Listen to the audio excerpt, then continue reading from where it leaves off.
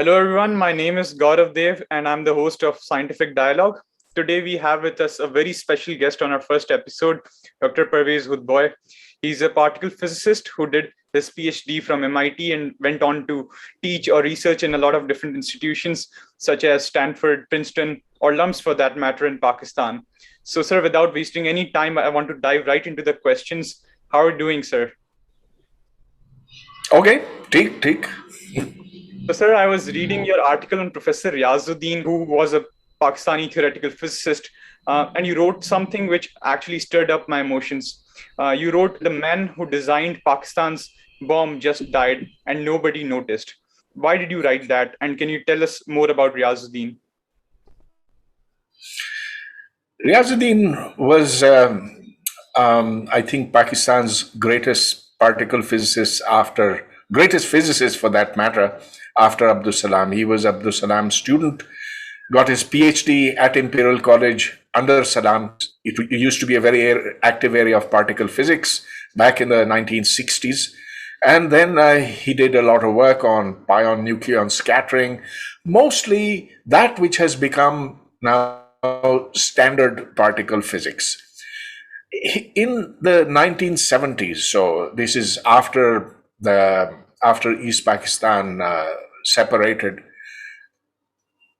Mr. Bhutto decided that Pakistan should have the bomb, and he recruited a number of scientists, including Professor Riazuddin. And Riazuddin came because Salam told him to come to that famous meeting in Multan. This was just 6 weeks after the fall of Dhaka. And this is where, although Riazuddin himself, I think, was not present, it was his brother, Fayazuddin, he was present, but that is where the bomb began. And then Salam asked him to work on the bomb, and that's how Riazuddin got involved in it. He set up his own group at Qadir University.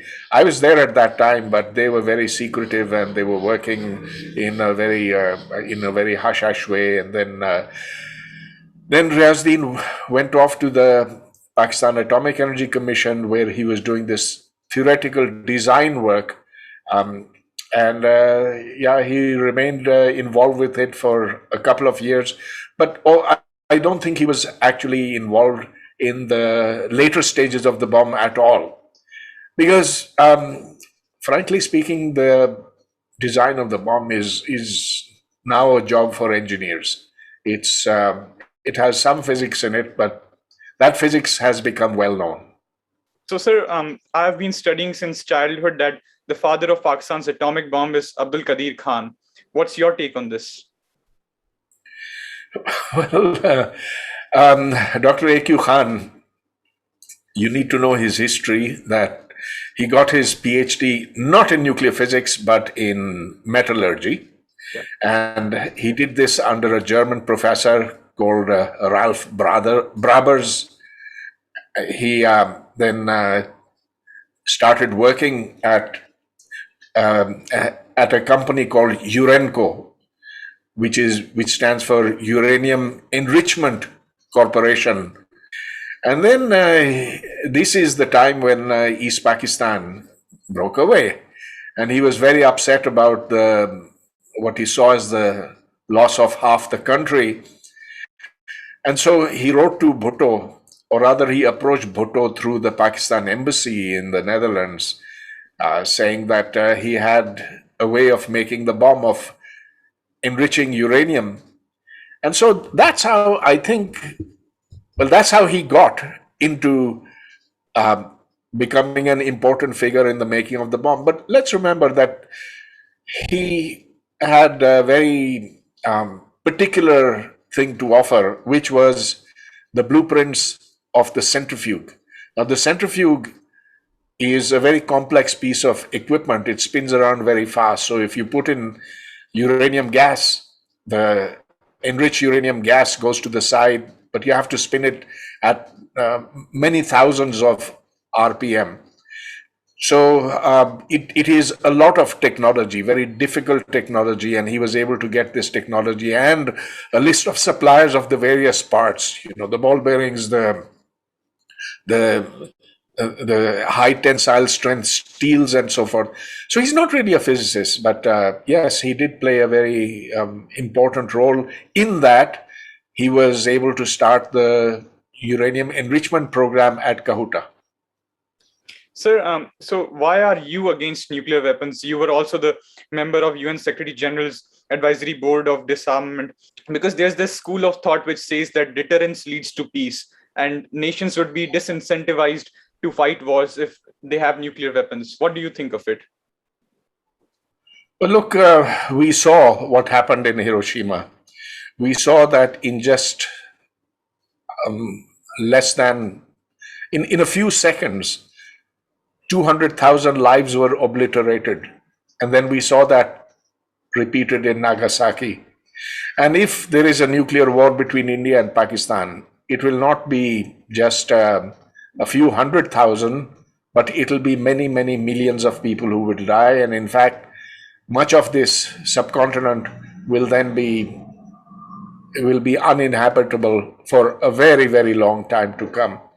I think nuclear weapons are fundamentally immoral. Nobody should have them. The Western countries should not have them. Israel should not have them. India should not, and we should not.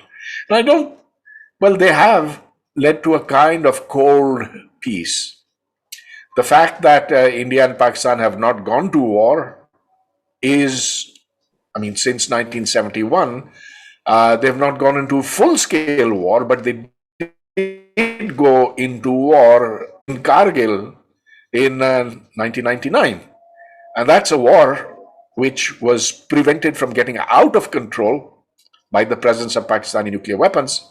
But on the other hand, I think that war would not have happened except that Pakistan thought it could attack India in Kashmir, and India would not be able to retaliate because of Pakistani nuclear weapons. Any weapon that does not discriminate between combatant and non-combatant is something that is immoral. So just as I would oppose the dropping of bombs on any city, whether that city, it doesn't matter whose city it is, whether it's Pakistan's or India's or America's or whoever's, I don't think you should drop bombs on a city.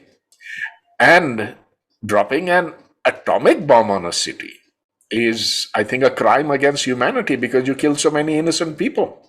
How is overall life as a researcher? Because we have these stereotypes that life as a researcher is very lonely. You spend hours in a room trying to solve an equation, and you become very antisocial. What do you think of it? Oh, I think it depends from person to person. There are people who work in groups, and of course, experimental particle physics or large-scale experiments of any kind these days. For example, the detection of gravitational waves by LIGO, it involved something like, 1,500 people.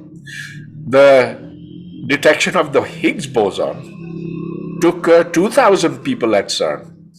And when they write papers, when the paper announcing a big discovery is published, such as that of gravitational waves or Higgs boson or whatever, it's got thousands of authors. So, at least many hundreds of authors in it.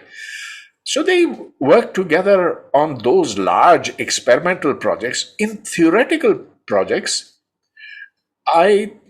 it's single author papers do exist, and in fact, I think at least half of mine are.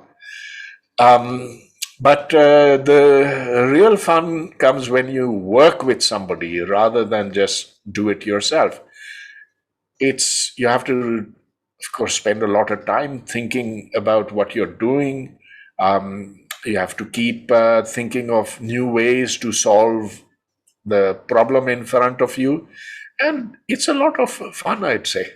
It keeps one very occupied. In fact, when you're doing a good problem, it keeps you awake at night.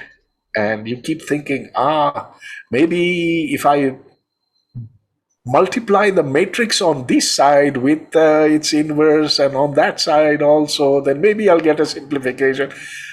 Sometimes you do, sometimes you don't, but that's where I think it becomes enjoyable and challenging, very challenging. Yeah. How was your time at International Center for Theoretical Physics in Italy? And can you narrate your experience working with Dr. Abdul Salam? Actually, I didn't work with him.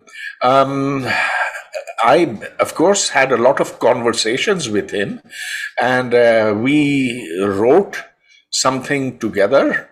He asked me actually to write the preface to a book that he said he didn't have time to write for. I said, look, Professor Salam, what is the point of my writing it? The authors of this book, they want a big name.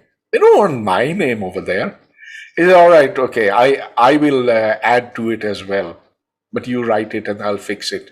So that's how he gave me, that's how I wrote something together with him. I'm quite proud about the fact that he asked me to do it because it shows a degree of trust. In terms of his being at ICTP, look, I went there for my research, and he was a very imposing figure. So I was small fry, very small fry. And it's only after he actually got to know me a little bit that he then started saying that, okay, come and see me in my office. And then he'd say, come again. And that's how we got to know each other and have discussions and sometimes even an argument. Sir, I have a follow-up question. What are some of the learnings that you had from Dr. Abdul Salam, or you would want the younger generation to know? I would say there hasn't been a person as inspirational as he has in terms of just the physics ability that he had. So it takes a very brilliant mind to comprehend what is happening at the very frontiers of the field, because you have to remember that the world's smartest people, absolutely the smartest, are into theoretical physics, and they're figuring out what are really the most fundamental laws of the universe. And Salam was among the top half a dozen of his time. So he had a very deep insight into the functioning of nature. And that's why he didn't just get the Nobel Prize, he was able to inspire so many others as well. He, of course, is remembered not just for the unification of the weak and electromagnetic interactions. He also invented some of the tools by which supersymmetry can today be handled.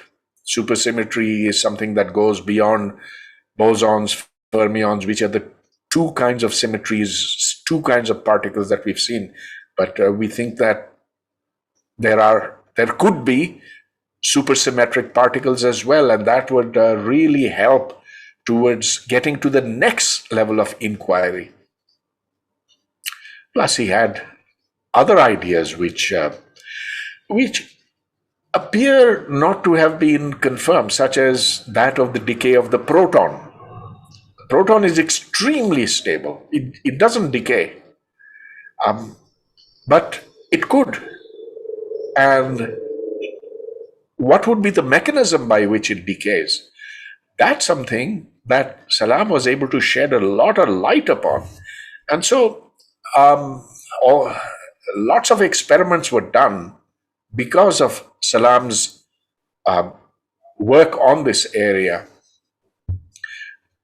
It seems to be that nature is keeping the proton very well protected. But if someday we find that experiments can reveal the lifetime of the proton instead of just putting upper bounds on it, then that'll be another great achievement. So, sir, since you have been associated with a lot of different institutions, what is the present situation of research labs in Pakistan? You want the truth? No, I don't think that there's credible research which is being done in physics in any area in Pakistan. And this is something which is very painful for me to say, but I think that Pakistan's not on the scientific map of the world. It's because of what we've done to our scientists, our disrespect for knowledge in general. When I say our, I don't mean you, of course. I mean the people who run this country, the military, the politicians, the planners, but also it hasn't filtered down to the general public. And it's a long, sad story of how we were doing relatively better at the earlier stages of Pakistan's history. But now, unless we reverse course, we are going to have as much physics here as there is in Afghanistan. See, the problem is that science needs a certain attitude of mind. If you don't have that attitude, no matter how much money you spend, you're not going to get science. Sir, how can we instill an interest for research in our students, considering what's been happening in the country, especially this debate over single national curriculum? What, according to you, is the fate of science in Pakistan, and how can we improve it?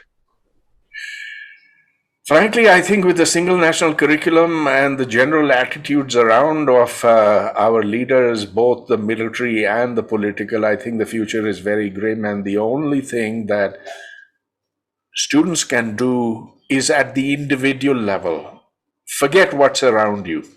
Don't look at what your professors are trying to teach you or what you read in the newspapers. Cut yourself off from all that and go look at the world which now has come to you in the form of the internet, wonderful lectures that you can just listen to and be inspired by. And then don't just keep listening, then go and take courses that are offered on the net by MIT, by Stanford, by Coursera, etc., etc. And if you can, then go outside, get a degree for yourself, and then if the circumstances improve, come back and make your contribution here in Pakistan. But even if you don't, the fact that you as an individual will feel fulfilled will be a good thing.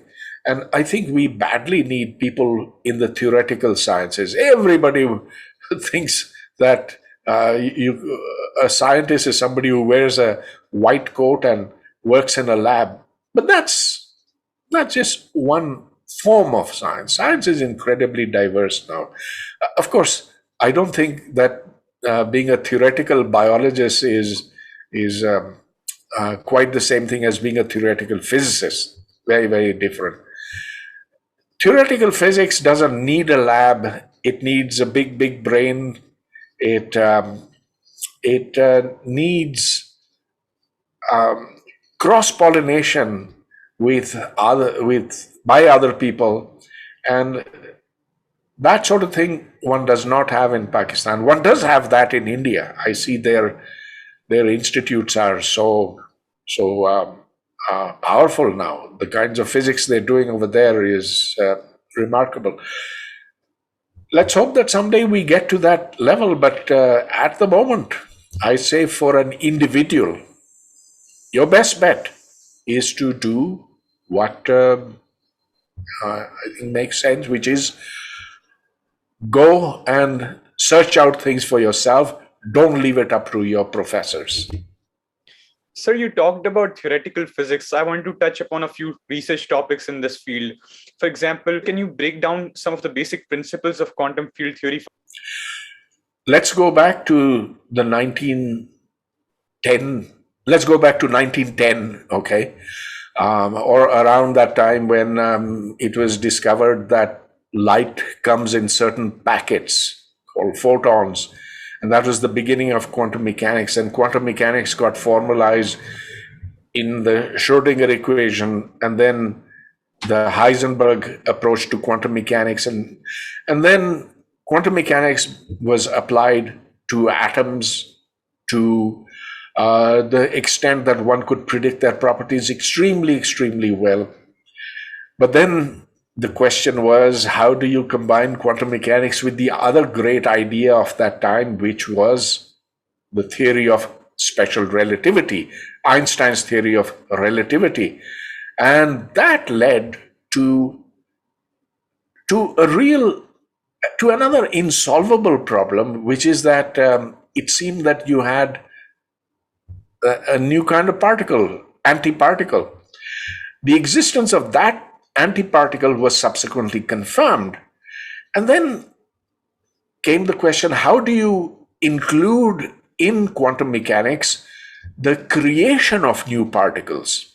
Because ordinary non-relativistic quantum mechanics doesn't do that. It says that you have a particle which moves in some potential, let's say like that of the nucleus provided by an atom. So when you have to take into account particle production and destruction, then a new way of looking at quantum mechanics has to be then invented. And that invention was quantum field theory. It's absolutely staggering the amount of work that's gone into developing quantum field theory and the amount of power that this subject has, because its predictions are so wonderful and so varied and so powerful, and they've been confirmed again and again. And in fact, our understanding of the universe today rests upon quantum field theory. So, sir, I've been recently hearing a lot about supersymmetry and how it justifies the string theory. Can you talk a bit about that as well? No, it doesn't justify string theory or give a proof for string theory. Supersymmetry is certainly consistent with string theory. In fact, string theory is formulated on the basis of supersymmetric quantum mechanics, of the ideas that you can have what are called operators in quantum mechanics, which obey supersymmetric algebra. So it's a very beautiful mathematical structure, but it doesn't. You can't say that it proves string theory. String theory has its own mathematical structure. It's very intricate, very beautiful also, and very difficult to test, very difficult to make predictions out of. And this is going to be an exploration that's going to take many, many decades, maybe a century, who knows. Sir, my last question to you would be, how is the general culture at MIT, since you have studied there for almost 9 years, I guess? No, I didn't study there for 9 years. I was there as an undergraduate for 3.5 years, and then for my PhD for 3 years. So that's 6.5, not 9. But then I was a visiting professor there as well. The atmosphere, I would say it's fierce. It's extremely competitive. And at the beginning, as a student, you feel completely alienated, and you've got to run and run just to keep up with the rest. In research, it's even more, because then you're competing with the best of the best. And yeah, I've seen people go through nervous breakdowns in trying to do that. So yes, it's tough, but it's also very enjoyable if you can run with the lot. All right. Thank you so much for joining us and having this fruitful discussion, sir. I hope everybody learned something from this episode. Stay safe and have a good day, sir.